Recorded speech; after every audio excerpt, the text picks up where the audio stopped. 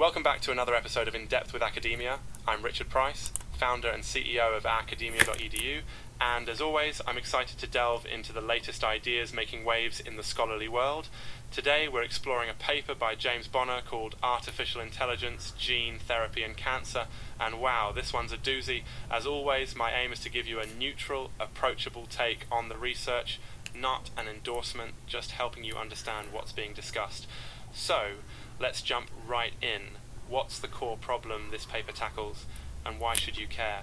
Well, cancer remains one of humanity's most stubborn challenges, right? Treatments keep improving, but finding cures, especially those aimed right at the genetic roots of cancer, has been slower than many hope. Until next time, I'm Richard Price. Keep questioning, keep exploring. A big reason our tools for discovering new cancer-fighting compounds, especially with artificial intelligence, just aren't up to snuff when dealing with the crazy complexity of molecular structures. Think about it, most AI, such as neural networks, doesn't play nice with chemistry's messiness. So, James Bonnar asks, could we invent a better AI method, one more tailored to handling how molecules, especially DNA, actually behave in chemical reactions? If so, maybe we could fast-track the search for true genetic cures to cancer. That is a huge question. Bonnar introduces what he calls Bonnar's algorithm, a specialized machine learning approach. Don't let the phrase scare you off. Essentially, it's a clever way of turning the representation and prediction of chemical reactions into a problem an algorithm can handle, instead of using classical quantum mechanics, which gets computationally impossible as things scale up. And trust me, chemists know this pain all too well. He proposes learning about molecules using a simplified string notation called SMILES. Now, maybe you've never heard of SMILES. Not the thing you put on your face, but it stands for Simplified Molecular Input Line Entry System. It encodes complex molecules into simple ASCII text strings, which computers love. So here's the method in a nutshell.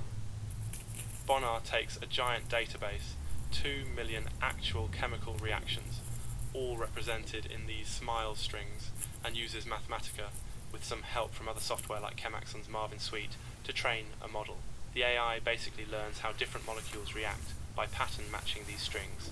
Then he can feed in new molecular puzzles, say a mutated cancer gene, and ask, what molecule, if it reacts with this, might actually fix the faulty DNA?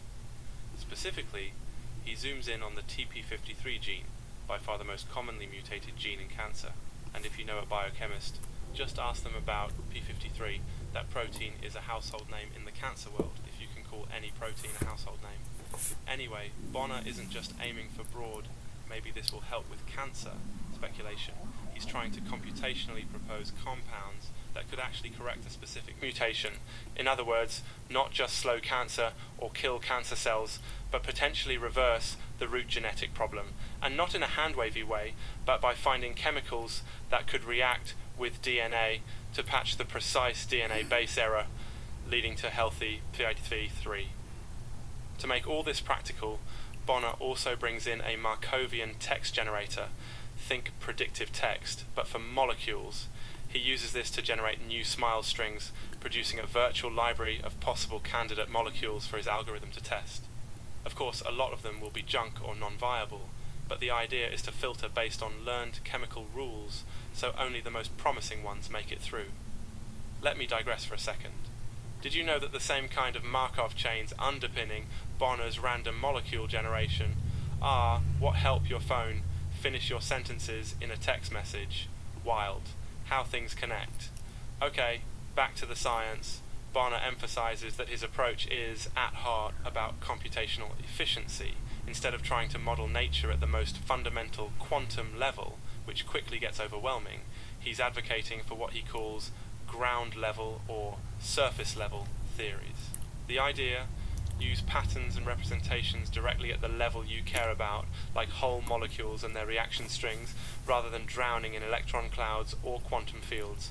Bonnar argues this isn't just more practical, it's actually likely more effective when it comes to discovering leads for drug development and gene therapy. But, and this is important, Bonnar is not saying this replaces all other theories. He even writes, I'm not saying quantum mechanics isn't the best way to approach some problems. The point is, let's not exclude tools just because tradition says so.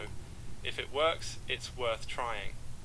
This meta-question of what counts as legitimate science runs through the paper, and he's a big advocate for occasionally stepping outside orthodoxy as long as it's grounded in data and concrete predictions. So what does this mean for you?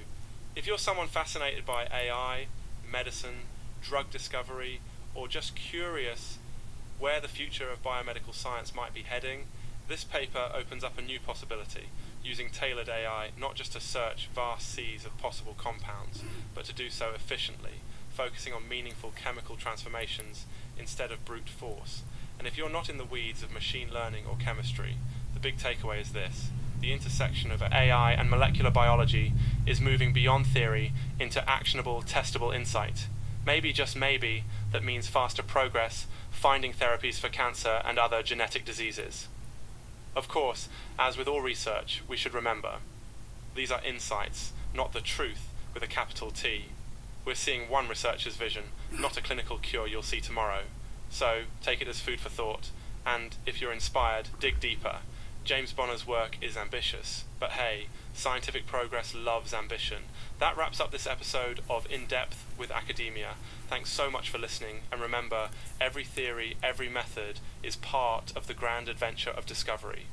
Until next time, I'm Richard Price. Keep questioning, keep exploring.